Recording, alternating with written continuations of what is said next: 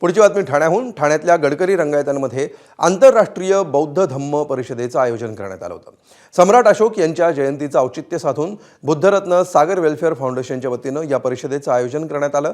या बौद्ध धर्म परिषदेला उपमुख्यमंत्री एकनाथ शिंदे, खासदार ज्योती वाघमारे, महापौर शर्मिला पिंपळोलकर यांची उपस्थिती होती.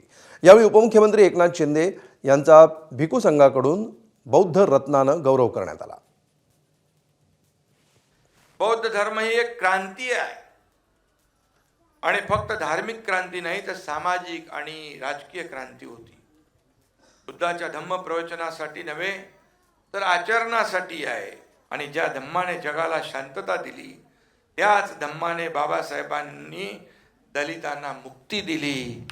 आणि म्हणून त्यामुळे कवी म्हणतो बुद्ध पेरला की बाबासाहेब होतो.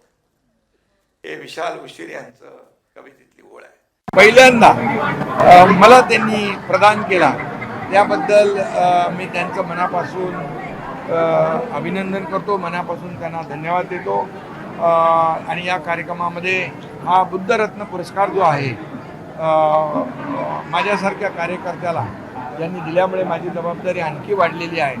आणि मला आठवतं आहे की मी मुख्यमंत्री असताना वरच्या निवासस्थानी आपलं चिवरदान होतं आणि संघदान होतं, त्याचं आयोजन त्या ठिकाणी केलं होतं.